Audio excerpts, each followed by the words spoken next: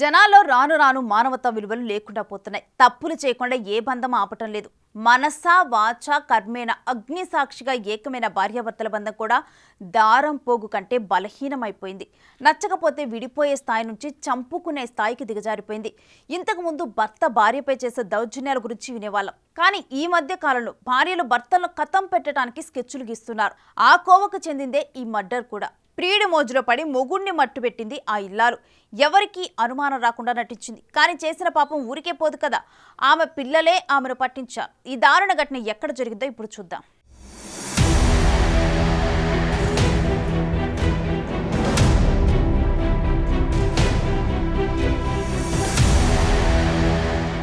గుంటూరు జిల్లా కారంపూడి మండలం పేట సన్నంగడ్ల గ్రామ పరిధిలోని తాండాలో గోపీనాయక్ అనే వ్యక్తి ఇటీవల మృతి చెందాడు. అతని భార్య హనీమిబాయ్ కూల్ డ్రింక్లో పురుగుల మందు కలిపి చంపివేసిందని బంధువులు ఆరోపిస్తున్నారు. గోపీనాయక్ హనీమిబాయ్ దంపతులకు 3 పిల్లలు. ఆ పిల్లలు కూడా అదే చెబుతున్నారు. మా నాన్నకు దంసప్లో గడ్డి మందు కలిపి మా అమ్మే తాగించింది అని చెబుతున్నారు. ప్రస్తుతానికి హనీమిబాయి పరారులో ఉంది. నాన్న చనిపోయి అమ్మ కనిపించక ఆలనాపాలన చూసేవాళ్ళు లేక ఆ పిల్లల పరిస్థితి దయనీయంగా ఉంది. భవిష్యత్తులో ఆ పిల్లల పోషణ ఎవరు చూస్తారన్నది ప్రశ్నార్థకంగా మారింది. ఆసుపత్రిలో ట్రీట్మెంట్కు 4 లక్షలు అప్పైందంటున్నారు ఆ తల్లిదండ్రులు. బ్రతికి బయటపడితే ఎలాగైనా అప్పు తీర్చుకుంటాడని వడ్డీకి తెచ్చి ట్రీట్మెంట్ ఇప్పించారు. ప్రస్తుతానికి గోపీనాయక్ చనిపోయాడు. అప్పు మాత్రం మిగిలింది.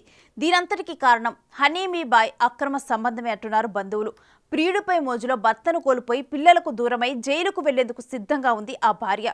ఏది ఏమైనా అక్రమ సంబంధాలు ఎప్పటికైనా ప్రమాదమే అన్న సంగతి అందరూ గుర్తుంచుకుంటే మంచిదంటున్నారు పోలీసులు.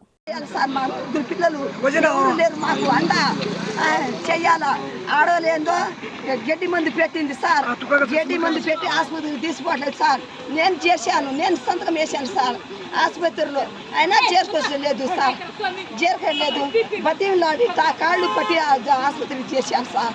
అయినా 3 లక్షలు పెట్టినా బతిలేదు సార్. అదే మాట దండం పెట్టానమ్మా వచ్చే చెప్పు అని ఆయన బతిలాడా చెప్పాను. 6 రోజులు ఉందా, 6వ రోజు చచ్చిపోయాడు సార్. చచ్చిపోయినా మాకు ఏం న్యాయం చేయలేదు సార్. ఈ పిల్లలకి ఎవరు సాగాలి సార్? ఆ బతిలాడు 3 రూపాయలు వడ్డీ, 4 రూపాయలు వడ్డీ మొత్తం తెచ్చాము సార్. బతుకుతాడా నేను అనే బతకలేదు సార్. మా మధ్య ఒక్కడే మధ్య సార్. ఆడపిల్లలు లేరు, ఎవరు లేరు మాకు. అండ ఎవరు లేరు సార్. ఈ 3 పిల్లలకి ఎవరు సాకాలా సార్? మా మామది కన్ను లేదు, మా అత్తది కన్ను లేదు, పొలం లేదు, మాకేం లేదు. రోజు కూలి పని సార్. మాకు ఏం ఆస్తి అంతస్తులు కూడా లేదు సార్. మాకు ఆ బాకీ ఎట్లా తీరాలి సార్? ఎక్కడైనా బతికితే కూలినాలు చేసుకున్నాం అనుకున్నాం సార్. అయినా బతకలేదు సార్. ఈ పిల్లలకి ఇల్లు లేదు, వాకి లేదు, మాకు ఏం లేదు సార్. తింటే కూడా లేదు సరిగా. కూలినాలు చేసుకుని బతుకోండి సార్. ఆ బాకీ ఎవరు ఏం తీర్చాలి సార్? బతికితే కూలినాలు చేసుకుని అయినా బతుకొచ్చారంటే ఆ వయసు రూపాయి చావాలా? అయిపోయి వయసు రూపాయి చావాలా? 35 సంవత్సరాలు గుడు కాలేదు గడ్డి మందు వేసి ఆయన బతకాడు రాలేదు సార్. పెద్ద ఆసుపత్రికి చేర్చాము సార్ మేము. అయినా బతకలేదు సార్. న్యాయం చేయాలి మాకు. లేకపోతే మీరు రోడ్డు మీద చచ్చిపోతాను. 3 పిల్లలు చేస్తే నేను కూడా చచ్చిపోతాను. 3 పిల్లలతో నేను కూడా చచ్చిపోతాను సార్. ఆమెది ఏం పోలేదు. అది అమ్మ పెట్టింది పోయింది. ఈ 3 పిల్లలు ఎవరు సాకాలా? ఆ ముసలోళ్ళు సాకాలా? కన్ను లేదు, మా మామకి సరిగ్గా లేదు, అత్తకి సరిగ్గా లేదు, ఏం లేదు. అది ఒక మొగుడికి అది పోయింది. ఏం చేయాలి? మాకు మొగుడికి పోవచ్చా? ఇచ్చామని పెట్టి అసలు పోవచ్చా? అండ ఎవరు అసలు ఇందాక మీరు చూశారు కదా సార్. ఈ బెజార్లో వేసిపోవచ్చా? ఎక్కడో చూసేది ఎందుకు సార్? ఈ బెజార్లో వేసిపోతారా ఎవరు? అండ ఉండి అసలు పోతారా? అసలు ఎవరు అమ్మ కడుపుంటే కావాలా sir?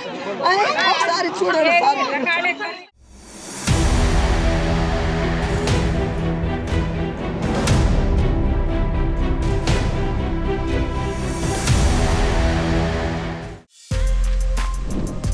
For more videos like this, subscribe Big TV channel.